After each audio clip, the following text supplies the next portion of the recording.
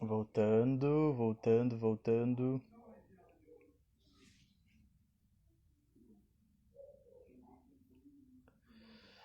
Instagram tá querendo gongar a gente. Como sempre, tio Mark. Tá querendo gongar a gente. Vamos ver.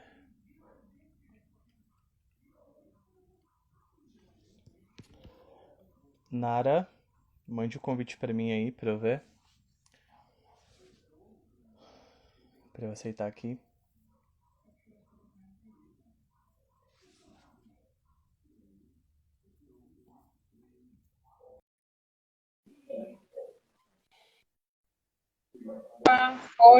Foi.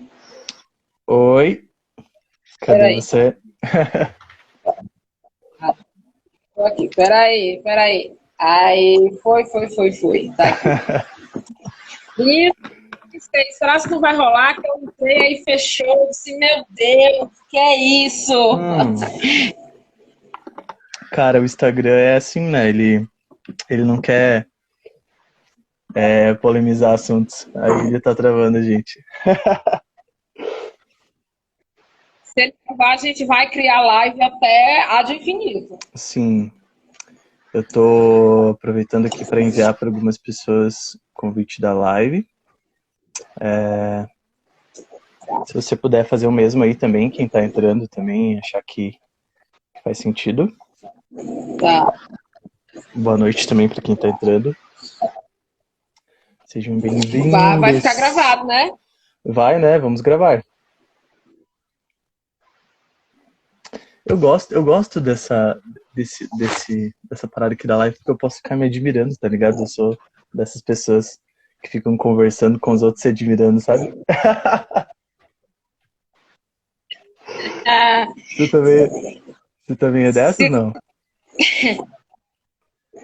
Não, nem tanto, nem tanto. Hum. Vou ver aqui, tô caçando aqui um negócio. Tu não ia fazer uma pergunta logo de primeira, assim, para saber se as pessoas, né, o que as pessoas pensam sobre essa questão? Cadê aquela pergunta? Será? Acho que vamos deixar um pouquinho, vamos deixar um pouquinho para mais tarde, eu acho. É Não, muito, pode ser, é mas eu muito, acho que assim, a pessoa é muito polêmica, né? vai saber, e a pessoa vai saber, opa, a live vai render aí. É. Mas enfim, eu acho que a gente precisa contextualizar um pouquinho antes. Mas é isso, se apresente aí pra galera que não te conhece, e aí eu me apresento também. Certo. Deixa eu só mudar aqui, ver se melhora aqui a luminosidade aqui. Deixa eu ver. Ajustes Se melhora aqui alguma técnicos. coisa ali. Deixa eu ver aqui, melhora aqui alguma coisa. Fala, meu Deus. Tá estranho. Se melhorou pouca coisa, tá? Então, quem não conhece, sou Nara Fenkiti, sou música, ah, atendo Piauí, Ceará e Maranhão, né, de vez em quando. Uhum. E essa proposta, né, pro Jax, faz tempo que essa live era para ter saído, viu, seu Jax? Ah, faz E tempo, né? aí, Mas uma hora sai.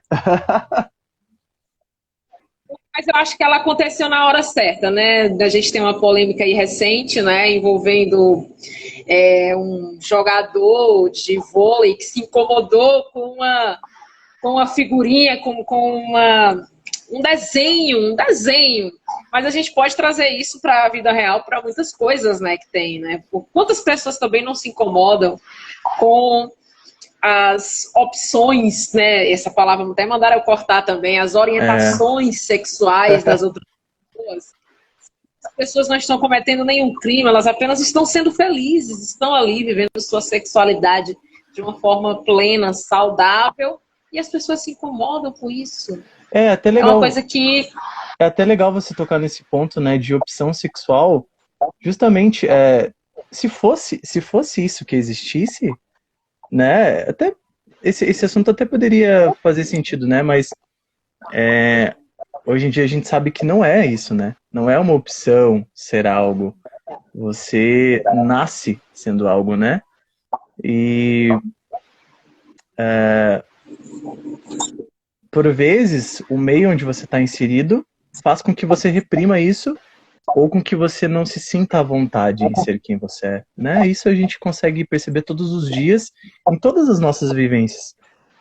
Todos os nossos atravessamentos sempre nos limitam de ser aquilo que nós queremos ser, né? Por isso que nós fazemos terapia, porque senão... Independente de qual terapia for, né? A convencional, a corporal, elas tornam coisas que a gente nem imagina que vai surgir ali, né? A gente vai fazendo e aí a gente vai descobrindo coisas. E a gente vai ser confrontado por outras coisas também. Sim. E aí... eu lembro que você comentou para mim que quando você me chamou para essa live, sobre a questão de uma situação que você passou recentemente, né? E aí, não sei se você conhecia a pessoa, não sei como foi, não sei se era seu interagente, mas se você quiser abrir também um pouquinho pra gente começar, dar o gancho, eu acho, que é interessante, né? Sim, sim. Na verdade, foram várias situações, né, que a gente pode encaixar aí no meio dessa live, que não deixa de ser uma satisfação que a gente está dando para as pessoas. Aconteceu com uma pessoa próxima, vou tentar aqui cortar os detalhes para não... Sim.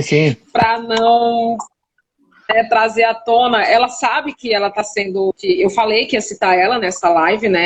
E ela disse que, né, viria assistir, mas se ela não assistir agora, ela vai assistir depois. Legal. E aí essa pessoa terminou uma relação. E aí, a partir dessa relação, ela foi viver a vida dela. A relação acabou e ela foi viver a vida dela, né? Conhecer outras pessoas.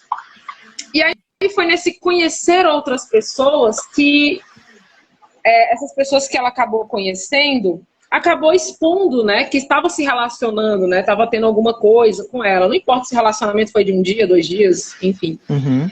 E parece que a pessoa que se relacionou com ela expôs isso. Estava compartilhando, né, algumas coisas, algumas mensagens trocadas. E aí chegou para mim essa notícia de que as mensagens estavam sendo trocadas e isso não estava sendo bem visto por essa pessoa. Uhum. Aliás, por algumas pessoas. E aí eu me questionei, eu disse, mas gente, que loucura é essa? A pessoa vai se relacionar com outra, a outra também topa, porque ela quer conhecer, né? Quer trocar fluidos, quer beijar, quer abraçar, quer ter aquela sensação. E aí a pessoa vaza a história. E aí aquela coisa, né? Até isso, esse hábito de você estar expondo outras pessoas que você teve ali um contato mais íntimo, não tem nada a ver você ficar fazendo isso. Por que algumas pessoas fazem isso, né? Se você está se relacionando com a pessoa, qual a necessidade de expor a outra pessoa, sendo que não foi o combinado? O combinado era ficar ali, beijar na boca, se abraçar, e aí a outra pessoa expôs. E aí eu não achei muito nada a ver, porque a outra pessoa, né, a ex-pessoa dessa relação falou que não estava sendo bem. Eu disse, meu Deus, mas que loucura é essa? Em vez da pessoa questionar a outra que estava expondo, ela vai questionar a atitude da pessoa que estava ali, que queria trocar uma ideia, que queria beijar na boca, que queria abraçar. Então, assim, a sociedade ela é muito engraçada. Em vez dela questionar as pessoas que expõem as outras, ela vai questionar a pessoa que está vivendo ali a sua sexualidade de uma forma plena. Mas que loucura é essa? E daí, de onde é que a gente tira isso? Essa loucura, que surto coletivo, que delírio coletivo. Porque não é só uma pessoa que faz isso, são várias pessoas que têm esse hábito. É interessante você falar isso, porque essa perspectiva está muito ligada com a questão da culpabilização da vítima, né? A gente vê muito isso atrelado a questões sobre o gênero feminino, né? A gente percebe que essa grande maioria da culpabilização da vítima é nisso, né? A pessoa que saiu com a roupa curta demais, a pessoa que se expôs porque estava buscando práticas promíscuas, entre aspas. Então, acho que está muito focado nisso, né? Eu percebo e eu tenho visto alguns casos ultimamente, assim, cara, isso é muito foda. É muito foda. E... Enfim, né? Pra que ficar falando sobre com quem a gente sai, sobre o que a gente faz? Da onde vem essa prestação de contas, né? Pra que fazer isso? Sim. E aí eu lembrei também da conversa que a gente teve, né, que o engraçado é que essa culpa, ela recai mais em grupos que não se encaixam no que a maioria, no que predomina na maioria, que são as mulheres, que são os gays, são as pessoas também que estão fora desse padrão, né, aí entra todo o alfabeto, né, daquele LGBT, e aí as pessoas caem, as pessoas, né, elas usam uma régua de julgamento que não serve para essas pessoas que estão vivendo a sexualidade delas de uma forma plena. Sim. Porque não adianta você dizer, você está fazendo isso errado, mas sim, mas que errado é esse? Que certo é esse? Que régua é essa? De onde vem, né? Comigo? Exato, é importante isso, você citar isso. A régua não serve para mim. Então, você vai usar régua para uma pessoa, você vai julgar a pessoa, claro que você vai se julgar de acordo com o que a maioria, né? E olha lá, não está nem escrito isso daí, porque a sociedade ela vai modificando as formas de relação, ela vai repensando, a sociedade vai entendendo que não tem como ir contra essas novas relações que vão surgindo e cabe como é que se diz, adequando essas relações para a sociedade que tá aí.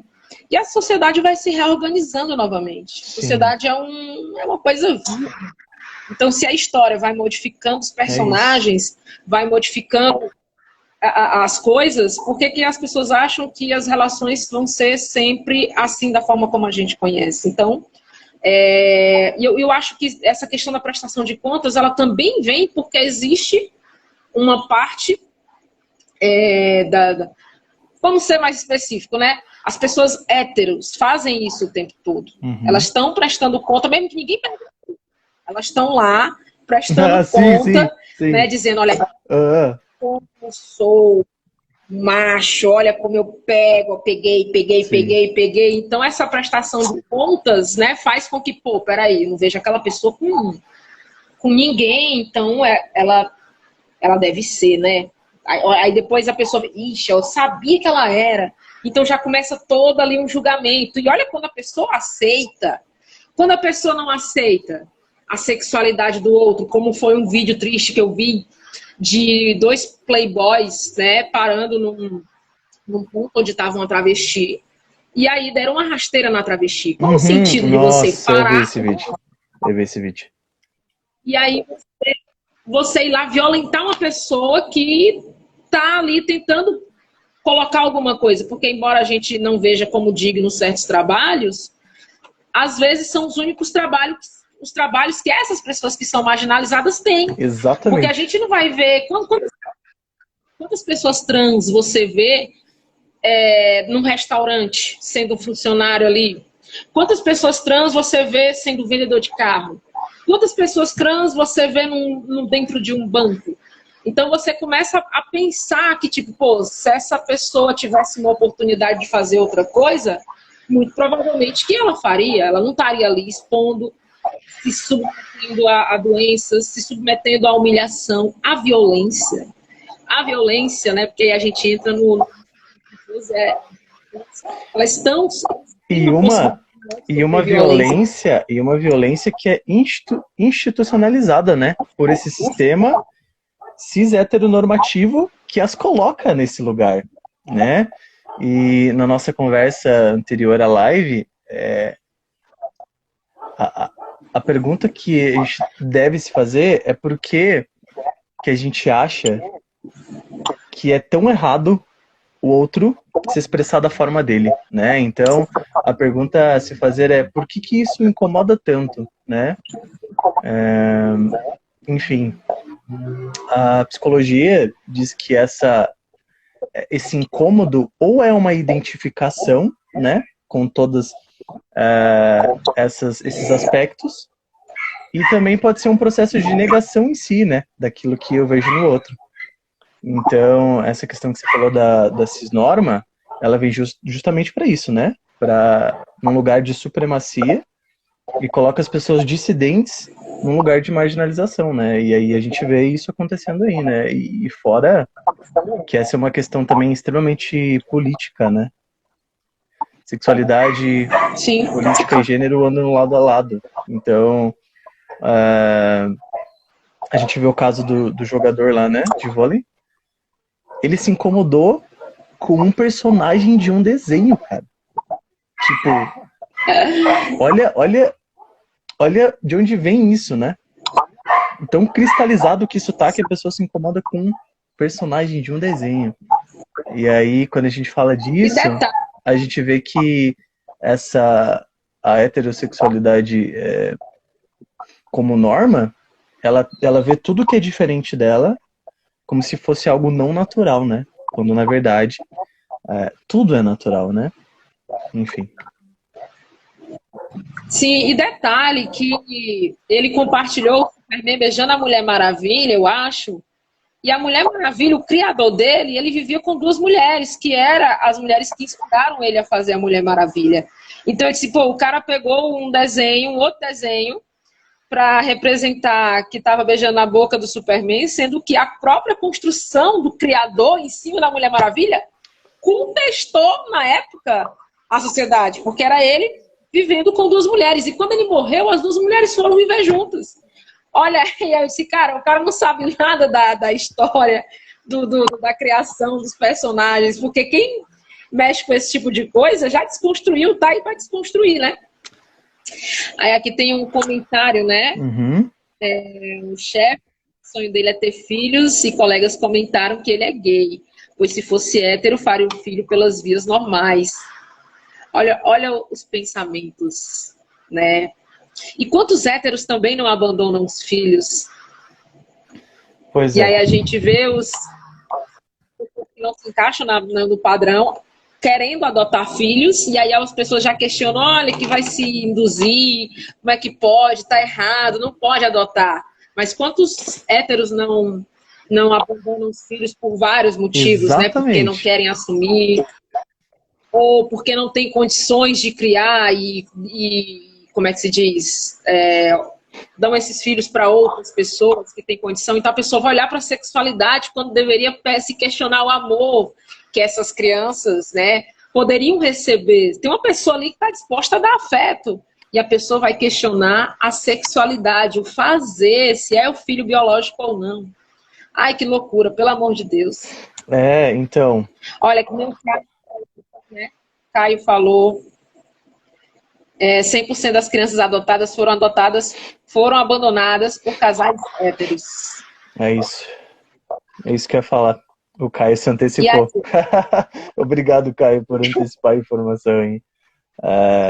Grande parte, né, dessas crianças são adotadas por casais que são adotados por casais homens foram abandonados por pessoas heterossexuais, né? E aí?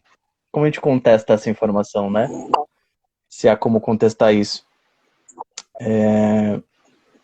Eu acho que o que me incomoda, assim, é porque que incomoda tanto as pessoas serem dissidentes, sabe?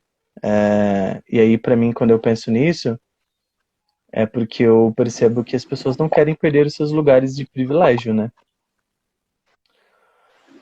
sim, sim. É muito confortável, né? Estar num lugar de privilégio. E aí, os héteros normativos não conseguem aceitar aquilo que é diferente deles. Pra mim, isso é muito, muito profundo e muito bizarro ao mesmo tempo. Assim. E aí coloca... E é interessante que, olha, que não era nem isso para estar sendo questionado, né? Exato. A questão dos privilégios. Eram outras coisas que a gente tinha que estar discutindo para uma evolução da sociedade. Exatamente. Que é a questão do afeto, que é a questão do amor. E aí as pessoas vão bater em cima, né, disso. Estou preocupado com o que eu vou perder. E aí, tipo, não é a sua vida. Você pode viver a sua vida, mas e aí os outros que querem viver a vida deles, que querem se relacionar tranquilamente, sem correr o risco de morrer por apenas estar amando, né? Lembrei agora daquele clipe do Johnny, acho que é do Johnny Hooker, né? Que ele fala que ninguém pode impedir de nos amar, alguma coisa assim. Uhum. Ninguém vai dizer... Ninguém vai poder nos dizer como amar. Lembrar direito. Exatamente. Ninguém vai poder dizer como amar. Mas e aí a gente tem esse... E assim, o meio do esporte, né, é um meio que tem alguns esportes parece que são mais héteros do que outros, né? E aí é uma tentativa ali de assumir, de afirmar sua heterossexualidade, né? Como o caso, né, do jogador de vôlei que se sentiu incomodado. E aí a gente tem um exemplo, né, que aconteceu muito tempo atrás, que foi o caso do Richarlison, né, que foi aquele jogador de futebol do São Paulo, completamente de todas as formas. A própria sociedade também utilizou ele como bode expiatório, com uma declaração de um diretor, e aí as pessoas pegaram e caíram em cima dele. Eu disse, meu Deus, que loucura, as pessoas se importando com a sexualidade de outra pessoa que não é elas, né? Você vai viver a sua vida, vai se relacionar e você vai se importar com a vida do outro. Olha a loucura das pessoas. Enfim, né? E essa questão do Richarlison, cara, eu lembro, assim, foi uma época que eu acompanhava bastante futebol, assim, também, e foi uma especulação, assim, né, que nunca terminava, tipo, sabe, muito parecido com aquela música, né, olha a cabeleira do Zezé, será que ele é, tipo, sabe, uma especulação que não faz nenhum sentido, assim, em termos de convivência em sociedade. Mas nos meus estudos, né, na área e nesse tempo aí de caminhada dentro do Tantra, Neotantra, como quiserem chamar, eu percebo que isso vem muito de uma perspectiva religiosa sobre a sexualidade. Sobre o conceito de certo ou errado, né? Sobre o conceito de família tradicional, sobre o conceito de casamento. E assim, né? Nós somos um país que mais mata transexuais no mundo. Só que ao mesmo tempo nós somos um país que mais consome pornografia transexual. E a conta não fecha, né? Quem consome isso? Quem são as pessoas que consomem isso, né? Não tem como saber das vivências dissidentes se você não estiver inserido nesse meio. A partir do momento que eu comecei a abrir na minha vida espaço para pessoas dissidentes, eu comecei a enxergar a realidade delas de uma outra forma, né? A sociedade que a gente vive, ela nos conta que as pessoas dissidentes, elas são promíscuas, né? Que elas só buscam sexo, que é... Quando as pessoas olham para alguém que foge do padrão normativo, ela já olha com esse viés, com esse julgamento, né? Como se... e a gente estava conversando hoje à tarde, o termo homossexual, a palavra homossexual surge após o século XIX, né? Então, antes disso, a identidade de ninguém era tida a partir das práticas sexuais que aquela pessoa tinha. A gente começa a ter isso depois do século XIX. Então, o que a gente precisa se questionar é por que a gente começa a colocar as pessoas em caixinhas, né? Rotulá-las por suas práticas sexuais. E aí a sociedade não vê, por exemplo, um homem gay como um homem. Ela vê ele, ela coloca ele num outro lugar, com um outro rótulo, né? E aí você falou, né? E aí é por isso que a gente não vê essas pessoas em locais de privilégio, por exemplo, né? Diretores de empresa, enfim, os lugares que a gente vê na nossa sociedade que são privilégios de pessoas brancas cis héteros normativas, né? Então, essa questão também, ela incomoda porque, por vezes, a pessoa dissidente é um objeto de desejo daquela outra pessoa. E isso incomoda muito ela, né? Sim, E a gente está numa sociedade que cada dia que passa parece que não está a fim de rever os próprios conceitos, está num lugar de muita rigidez para mudança, né, de mudança. E como você falou, a nossa sociedade é um organismo vivo, né? A gente está em mudança constante. Então não tem como fugir disso, né? E aí, o que eu acho legal pontuar aqui é trazer para as pessoas a reflexão de que as nossas atitudes, as atitudes que nós temos para com essas pessoas são atitudes violentas. E aí, a gente pode dizer que, né? A gente pode dizer não, isso é uma constatação. Ninguém morre por ser heterossexual, mas pessoas morrem por ser homossexuais, pessoas morrem por ser transexuais. E o que é interessante dizer aqui é que isso não é uma escolha, isso não é uma opção. Isso é natural. E o natural precisa ser cultuado, né? Só assim a gente vai poder ser uma sociedade um pouquinho melhor. Porque nos meus moldes eu acho que a gente chegou num colapso, assim, de polarização em todos os níveis. tu me lembrou agora com essa fala como é que é um país que mais mata trans, mas é um país que consome pornografia nesse sentido, a conta não fecha. Eu lembrei de uma fala do Gaiaça, né, que na verdade foi o Arli Cravo, né, que ele disse assim: a quantidade de fofoca que existe em cada pessoa é a quantidade de desejo não realizado. E aí eu lembrei de uma pessoa que sempre fazia piadas com gays, com trans.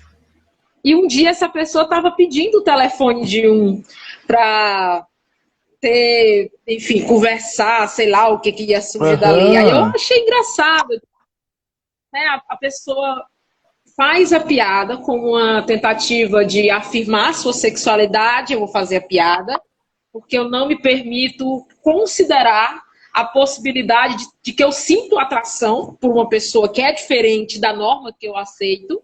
E aí, mas assim, quando ninguém tá vendo, eu me relaciono com um, porque eu acho gostoso, né? Enfim, não sei o que acontece lá em quatro paredes, né? Quem assume que papel entre quatro paredes, mas eu acho bacana, mas eu tenho que afirmar publicamente que eu não quero acordo com isso, porque eu preciso assumir um papel e eu preciso ficar nesse papel. É interessante os papéis que a sociedade aceita e permite, né, dentro da normalidade dela, que se a gente for olhar de perto não é tão normal assim, né? Você fingir, você negar uma atração que você sinta, que você tenha. A Luana, ela escreveu aqui, né? A liberdade daquela pessoa que se permite experienciar a própria sexualidade de forma autêntica é um objeto de desejo das pessoas que estão dentro da norma. É sobre isso, né? Ao mesmo tempo, aí a questão em si é que a norma, a pessoa que está dentro da norma, ao mesmo tempo que ela tem isso como objeto de desejo, ela acha que isso não é natural, né?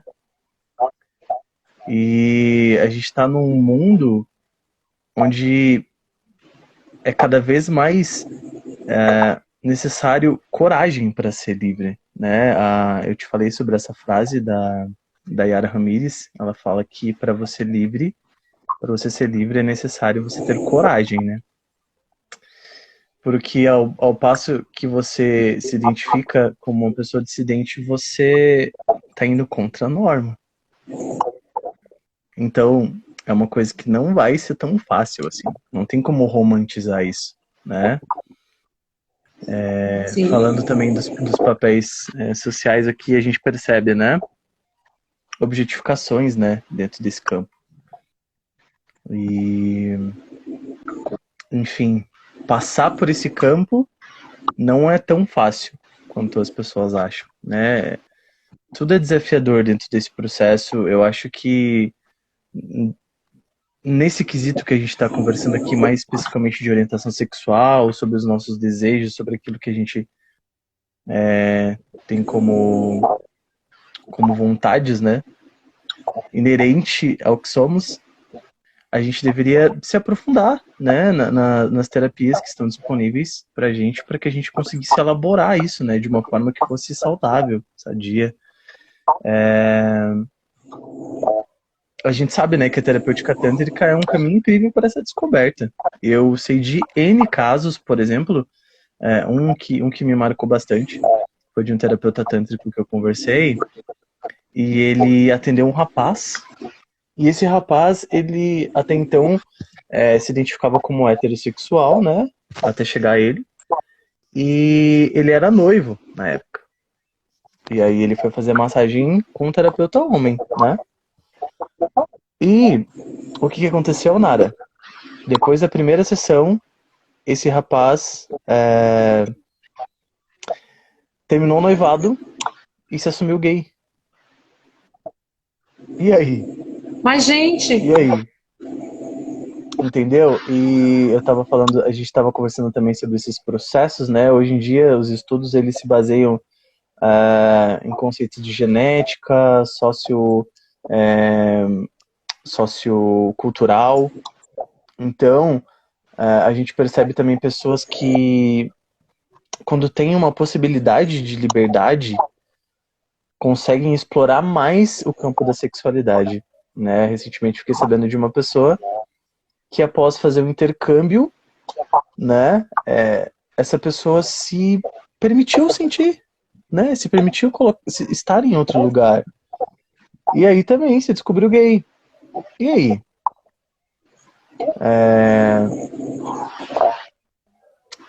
O que a gente vai falar sobre isso?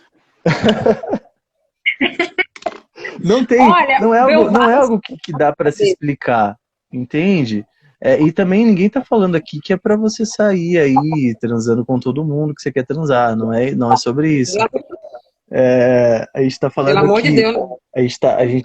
a gente sabe que o conceito de liberdade também, para você ter liberdade, você precisa ter limites. Então, eu, na minha jornada, por exemplo, já fiz algumas experimentações. Não vou prestar contas aqui porque eu não sou obrigado.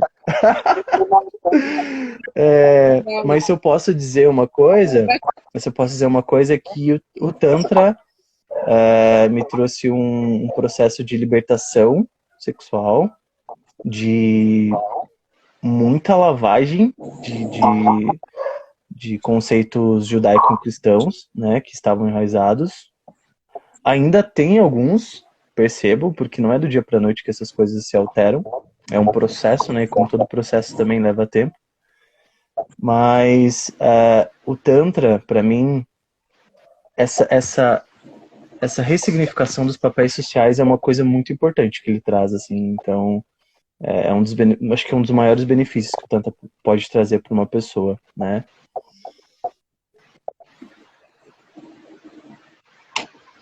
Então, tu falou das normas, né, de pessoas que estavam dentro de uma sexualidade, conheceu o Tantra, e aí, né, de repente, não é isso que eu quero essa outra coisa.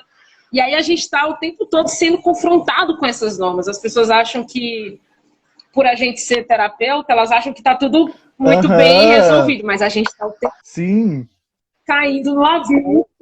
E é como se fosse aquele sonho que se acorda assim, né, que se espanta.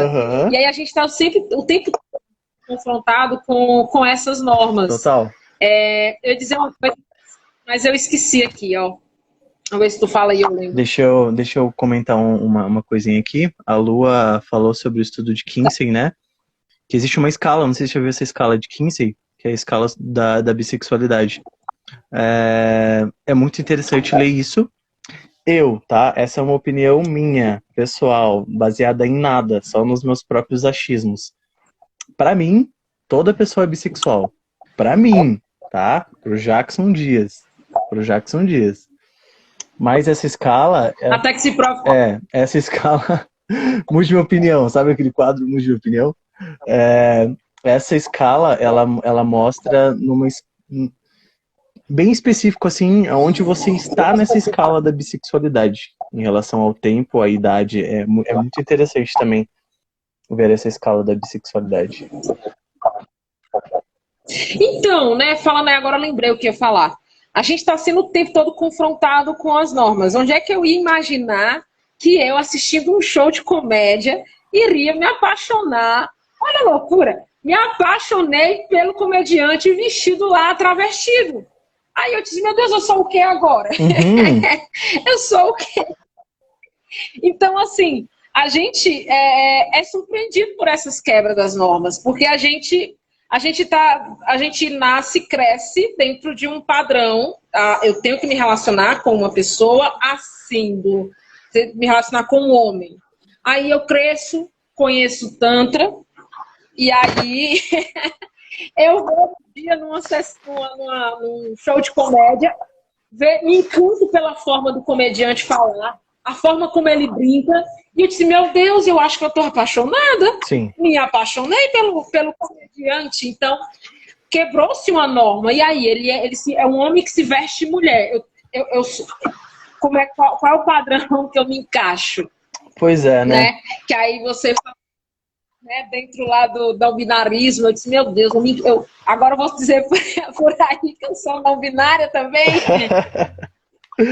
Pois é, a questão da não binariedade é uma questão de gênero, né?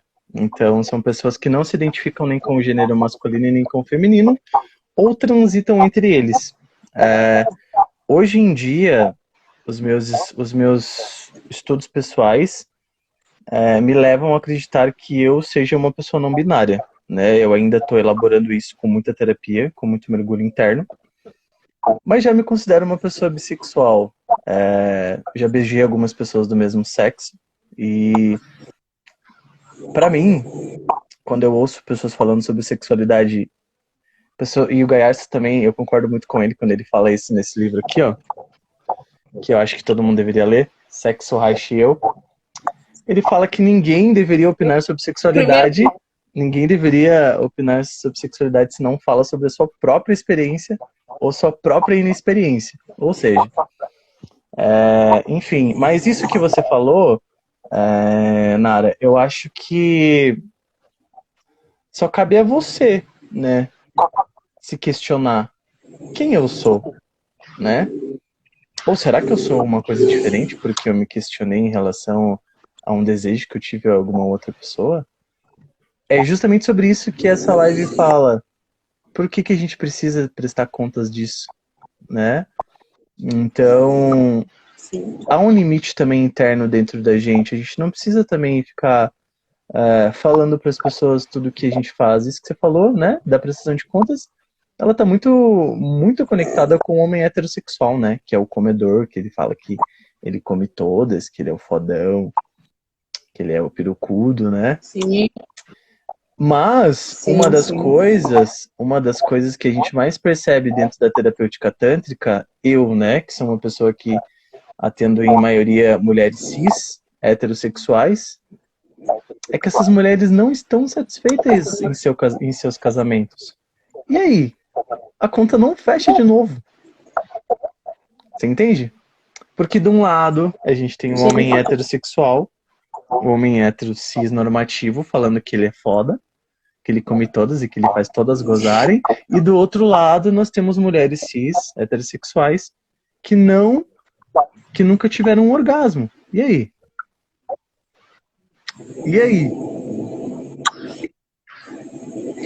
Sim. E aí, assim, eu tava ouvindo algumas músicas, aí eu disse, rapaz, que homem foda esse homem dessa música, ele faz as mulheres gozar e não sei o quê. Aí eu disse, mas do outro lado tem essas mulheres que não estão gozando. E aí? Tem uma coisa errada. A conta não tá fechando, a conta não fecha.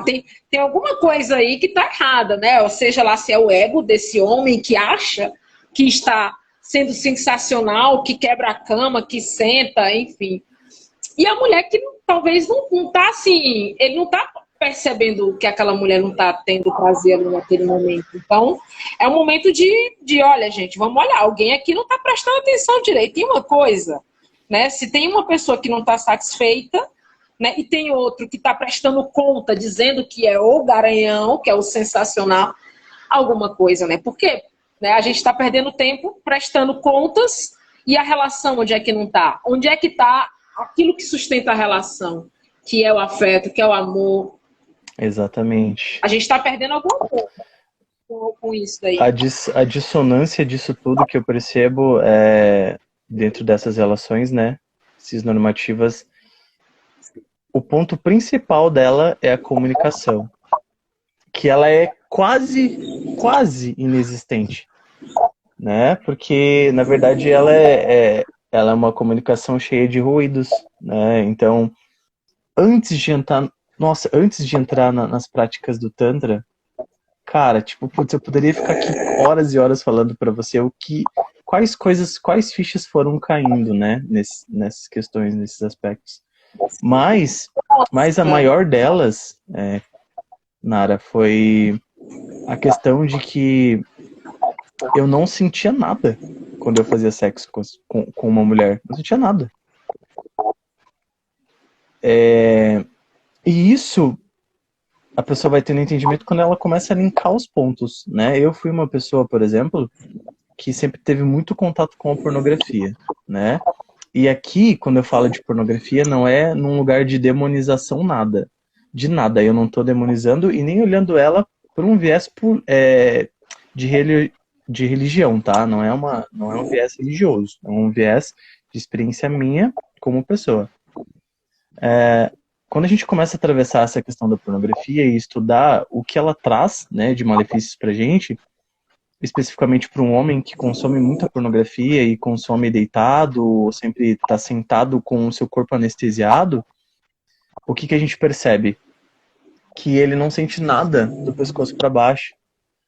Porque o estímulo que está vindo da pornografia para ele é um estímulo extremamente visual e mental, né? Ou seja, e aí a gente tem os neurônios espelhos, né? E o que vai acontecer numa relação sexual? A gente vai espelhar aquilo que a gente assistiu na relação sexual. Ou seja, quando eu penetrava uma vagina, eu não sentia nada. Você tem a noção disso? Isso é muito profundo para explicar aqui, falando assim racionalmente. Mas eu não sentia nada. Mas eu não sentia nada. Eu poderia contar. E aí, a partir das práticas que eu fui tendo de desenvolvimento corporal dentro das práticas tântricas, de meditação ativa, de massagem, de descondicionamentos, né? Porque no Tantra a gente vai trabalhar o prazer que vem do corpo, né? Não é um prazer gerado aqui, né? Jorrando dopamina, assistindo vídeos pornográficos. Então, a partir daí que eu fui começando a entender. Por exemplo, há pouco tempo, isso há muito pouco tempo, né? Abrindo aqui questões pessoais já.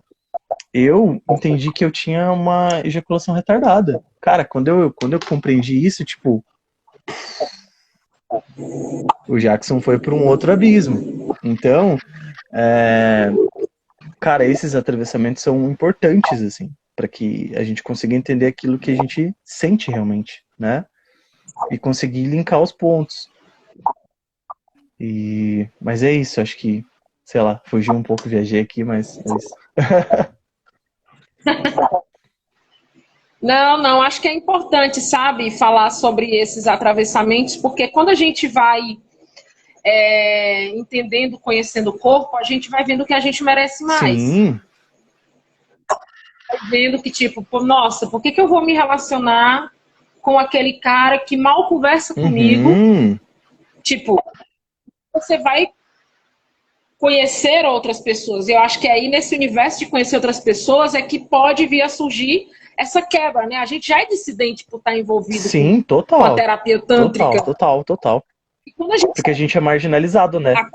A gente é marginalizado. Sim, totalmente. Nós estamos marginais fazendo uma live aqui para outros marginais.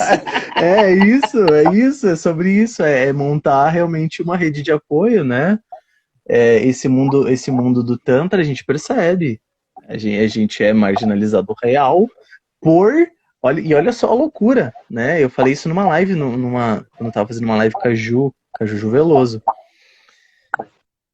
Desde que eu entrei no Tantra, eu conto nos dedos as pessoas que eu transei. Eu conto nos dedos. Dá pra contar nos dedos das mãos. E as pessoas acham que terapeuta tântrico, tipo, transa pra caralho, assim, sabe? Isso é muito bizarro. Quando... aqui já olhando para um outro viés, né? Que a gente não vai entrar em discussão nisso aqui, porque não vai ter tempo, sobre não monogamia, né?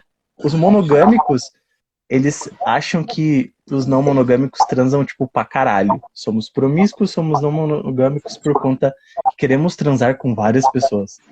Quando, na verdade, é o meio cis heteronormativo, né? É o homem cis heteronormativo que usa o emocional da mulher pra transar com ela e depois no outro dia dá o ghost e não fala nada. Né? Então, e aqui também a gente não tá falando de promiscuidade, porque promiscuidade também não existe, é um delírio judaico-cristão, tá? É só isso. Então... eu vou... Tá? Enfim, mas delírio. Estamos falando de conexões sexuais, né? Cara, o Gaiarsa fala aqui nesse livro também, de novo, pra quem quiser ler, Sexo, Reich e Eu, que nós só seremos... Não sei nem onde é que tá o meu. Que nós só seremos satisfeitos quando pudermos transar com quem, onde e quando quisermos. Fica o questionamento. Olha, tu falou aí o lance do corpo, né, do Tantra, de levar mergulhos. O Deva falou mais cedo aí sobre a questão dos mergulhos que o Tantra ele provoca. E aí, tipo, e realmente quando você conhece, se joga na terapêutica tântrica, você, olha, eu acho que eu mereço um pouco mais, eu não vou me jogar. É claro que até isso é um ponto para se desconstruir também, né, de você também não estar colocando muita coisa, porque o Tantra é para te conectar com as pessoas. Não é para criar uma barreira, um obstáculo, né, de você não se relacionar, porque acho que pode já levar para um outro lado, que é você, eu não só sei fazer a massagem, não consigo mais transar, só quero saber de massagem. Uhum. Então, interessante você falar isso, porque... É outro caminho. Interessante você falar isso, né, mas é interessante dizer que também nós, como seres humanos, a gente se vicia em vários estímulos, né? Então, essa falácia... Isso também é um pouco de falácia, tá, Nara? Essa questão do vício em massagem tântrica. A pessoa pode sim se viciar? Pode. Se ela não estiver sendo acompanhada por um terapeuta que realmente entenda o processo dela, né? E aí a gente vai por um outro campo também, né? Dentro da terapêutica tântrica. Eu não sei se a palavra é viciar, mas assim, quando a gente vai nessa busca do autoconhecimento do corpo, a gente quer mais do que um sexo, sei lá se a palavra é essa, um sexo vazio, onde vai lá, gasta, né, despende uma energia e apaga. A gente vai buscar essa troca, né, essa troca de afetos. E aí é que talvez entre a nossa dissidência. Não, eu não enxergo somente a pessoa pelo genital que ela pode me oferecer. Eu enxergo ela como um todo. A alma, a mente, o que ela tem para oferecer, né? E aí é que a gente talvez possa quebrar essa normalidade do que é a maioria da sexualidade, né, que é a heterossexualidade que a gente está inserido, que é o padrão, que é a maioria. E aí quando a gente quebra isso, a gente vai entendendo que existem formas de prazer que podem passar pelo genital, mas que consideram outros pontos, né? Como foi o ponto levantado mais cedo, tipo de achar que só porque não é hétero não pode fazer filhos, ou só... E aí tem um ponto interessante aqui que vai passar pela religião. Eu acho que aí tá faltando a gente meter um assunto aqui que é polêmico, que é de onde é que a gente, quem tirou essa ideia de que a gente tem que pensar numa relação somente para reproduzir? Pois é, mas aí isso vem de onde? De um livro que já está circulando na nossa sociedade há quantos anos? 2000 anos, né? Que acha... Vou nem dizer, vou deixar... Que acha que o sexo é só para isso. E aí, é muito legal, muito interessante. Adorei que você puxou esse gancho. Quando a gente vai pro lado do sexo da reprodução, o que acontece com esse sexo?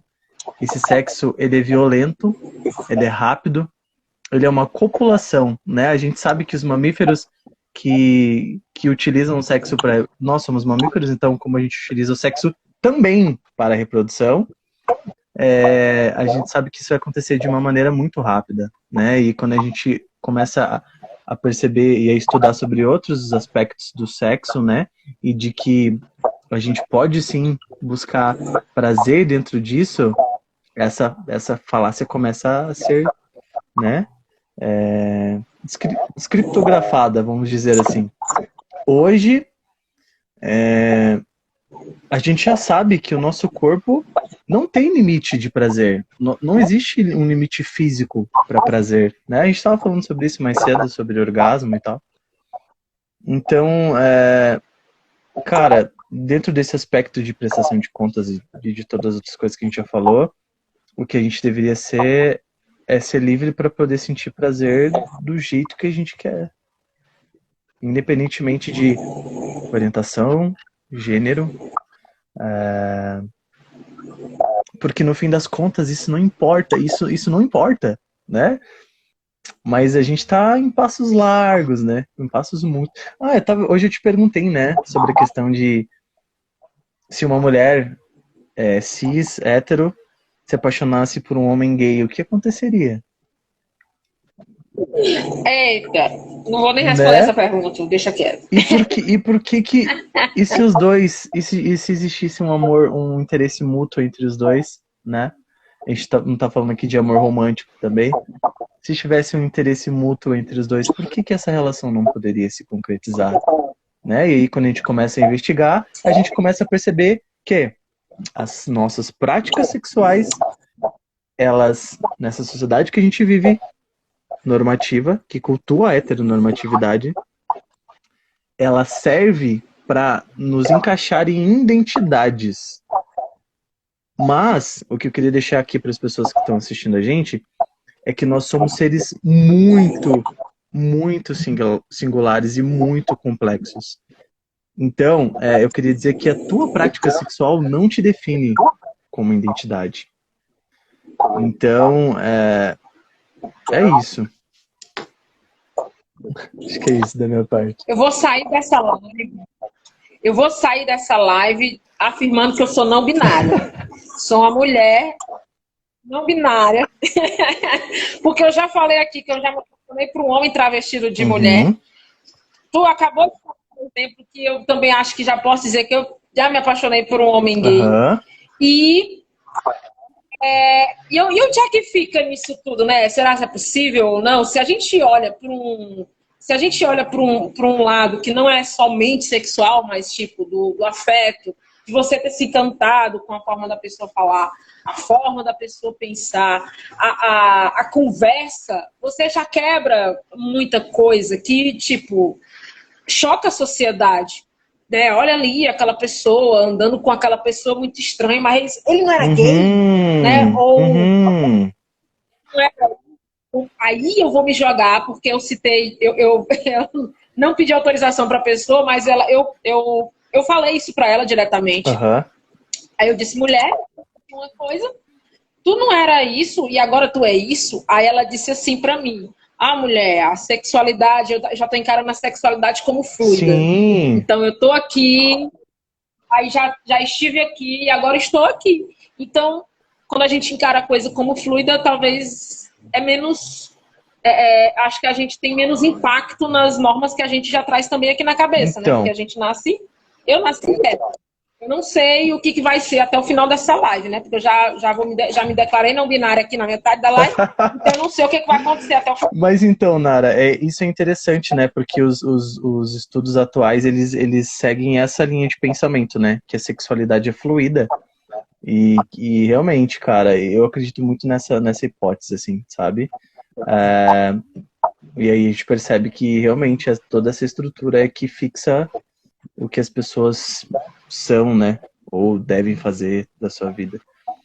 E aí é isso. Eu vim para subverter o sistema. Só isso que eu queria dizer. Eu vim para subverter, né? todas as linhas que eu sigo hoje em dia são isso. São matriarcais, são sensoriais, são desrepressoras. E para mim tem feito sentido isso, né? Então eu acho que, independentemente de ser cis, homo, trans, bissexual, as pessoas deveriam respeitar as pessoas. A pessoa não é obrigada a aceitar, sabe? Mas respeitar é o mínimo, cara. Então, eu acho que é isso, né? E o nosso tempo da nossa live aqui já deu, porque a gente não pode ficar falando tudo também, né? Porque a gente tem que vender o nosso peixe. Não, mentira. Mas, cara, é isso aí. E diga aí pra galera aí, teu trabalho e tal, divulga, faz teu jabá aí. Pois é, gente. Terapeuta tântrica, que atendo no Piauí, atendo no Ceará, aqui em Tianguá, no Piauí, em Teresina. Você tem o seu espaço e no aí Maranhão, também, né? Em Tianguá eu tenho um espaço. Em Teresina eu tenho o espaço do Deva Vassanto, que estava até há pouco tempo na live, não sei se ele ainda está, né? Também outro terapeuta que foi ele quem assim, me trouxe a experiência de ser rapaz, eu não sabia, eu chorava, e eu não entendia o que, porque eu disse, meu Deus do céu, o que é isso? Eu vim buscar. Então a gente é confrontado, né, por isso, por essa terapia que as pessoas... Tem pessoas que não são boas, obviamente, e tem pessoas que estão buscando um trabalho aprimorado, estão buscando conhecer técnicas, estão buscando aprimorar para mostrar, tipo, olha, esse é um trabalho transformador, é um trabalho que vai te transformar. Né? Pode ser que você venha buscar uma coisa, você saia com ela, pode ser que você venha, pode ser que você não saia com a mesma impressão que você chegou, enfim, mas é um trabalho que vai te transformar, vai mexer com muita coisa, né, mental, espiritual, emocional. Como a menina falou aqui, né, quando a gente entra no Tantra, a gente vê o corpo como um templo que não merece ser mais danificado. Eu não concordo muito com a parte do templo, né? Uhum. Mas eu entendo que o nosso corpo, a gente vai construindo, vai entendendo como é que esse afeto que a gente consegue dar, a gente consegue receber, a gente vai entendendo como ele foi sendo criado e a gente vai mudando a forma de se relacionar para uma forma melhor, né? Porque essa forma, às vezes, que a gente pode estar se questionando de a gente estar num relacionamento que não está dando mais prazer, onde a gente não está sentindo prazer como antes, a gente pode questionar. Eu tenho que buscar eu tenho que levar afeto para o meu corpo de novo. Como é que eu levo? Eu entro dentro de uma relação, eu vou buscar uma terapia, eu vou entender que o meu corpo ele tem que ser tocado como ele merece ser tocado.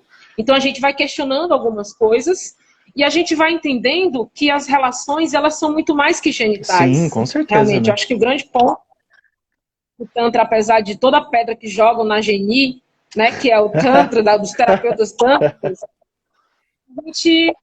a gente surge para ver que o corpo é muito mais do que isso. Que é tocar, você conseguir fazer as coisas com presença. Que quando a gente está anestesiado, fazendo as coisas no modo automático, a gente perde muita coisa. E a gente entra na onda de jogar pedra nas pessoas que têm uma sexualidade diferente, uma forma de ver a sexualidade diferente da maioria. E aí não faz sentido. Que loucura é essa da gente entrar nessa cegueira, nesse delírio coletivo? Como é que eu vou ficar repetindo que nem papagaio uma coisa que... Não, peraí, isso não faz muito sentido. Peraí, deixa eu experimentar isso daqui, deixa eu ver como é que é. Ai, é totalmente diferente. Vai desconstruindo. Porque qual é o sentido da gente perseguir outra pessoa por um dogma que foi criado por outras pessoas, que não foi nem por mim, que já vivi, já mudei minha opinião com relação a algumas coisas. Então a gente vai desconstruindo isso. E quando a gente se propõe a desconstruir, a gente coloca abaixo uma série de estruturas, não só as nossas estruturas, a minha. A sociedade também. E eu acho que é esse ponto que incomoda a grande maioria que às vezes vai lá, xinga um travesti, xinga uma pessoa gay, expõe uma pessoa gay a uma situação vexatória que ela não disse, olha, eu quero estar nessa situação. Ela não disse isso. Você pega e joga essa pessoa lá, é muito complicado. Então a gente tem que encontrar formas melhores de amar para que a gente possa viver numa sociedade onde as pessoas naturalizem o afeto e o amor. Com certeza, né? E eu acho que na verdade, se há uma coisa a ser dita é que a gente possa reconhecer o outro como ele deseja ser reconhecido, né? E não como a gente quer reconhecer ele. Eu acho que é isso. Isso me lembrou uma frase de um palhaço, de um ator, que ele diz assim, todo mundo quer ser amado. Aham. Todo mundo está buscando. Então, qual é o sentido de você atacar o outro, né? Se você é pautado nas regras de Deus, de amar, qual é o sentido de você atacar o outro? De você violentar o outro porque ele tem uma orientação sexual diferente que a sua.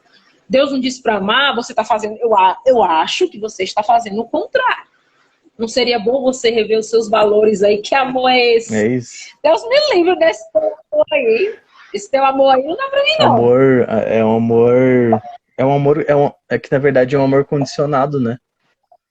É um amor doentio, enfim, cheio de ruídos também. Mas é isso, Nara. Então, ficamos por uma próxima live, talvez para destrinchar mais coisas, né? O tempo aqui, tem mais. O tempo aqui ele voa pra caramba, é muito rápido. Mas é isso, que legal que a gente conseguiu trazer questões aqui importantes e de uma maneira leve também. Eu acho legal fazer isso. Gratidão. Gratidão. É isso aí, né? Quem chegou depois vai poder ver essa live. Vai ficar gravado aqui. No Insta. Vai ficar salva isso aí, pelo amor de Deus. Pra deixar. Então é isso. Beijinhos. Tchau, tchau. Tchau, tchau. Fica bem. Beijo. Qualquer coisa, estamos por aqui. Beijo.